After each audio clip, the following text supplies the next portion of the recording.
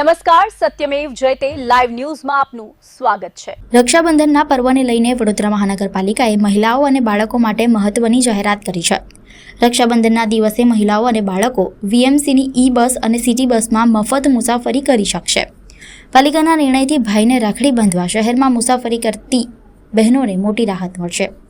રક્ષાબંધનના પર્વને લઈને વડોદરા મહાનગરપાલિકાએ મહિલાઓ અને બાળકોને ખાસ ભેટ આપી છે। રક્ષાબંધનના દિવસે મહિલાઓ અને બાળકો માટે ઈ બસ તેમજ સિટી બસની મુસાફરી ફ્રી રાખવાનો નિર્ણય લેવામાં આવ્યો છે। એટલે કે ભાઈને રાખડી બાંધવા માટે શહેરના એક સ્થળેથી બીજા સ્થળે જતી બહેનોને બસની ટિકિટ માટે પૈસા ચૂકવવાની જરૂર નહીં પડે। પાલિકાના સત્તાધીશો અને અધિકારીઓ દ્વારા આ નિર્ણય લેવામાં આવ્યો છે। રક્ષાબંધનના પર્વે મોટી સંખ્યામાં મહિલાઓ પોતાના ભાઈના ઘરે જતી હોય છે, ત્યારે ફ્રી બસ સેવાના નિર્ણયથી તેમને મુસાફરીમાં આર્થિક રાહત મળશે।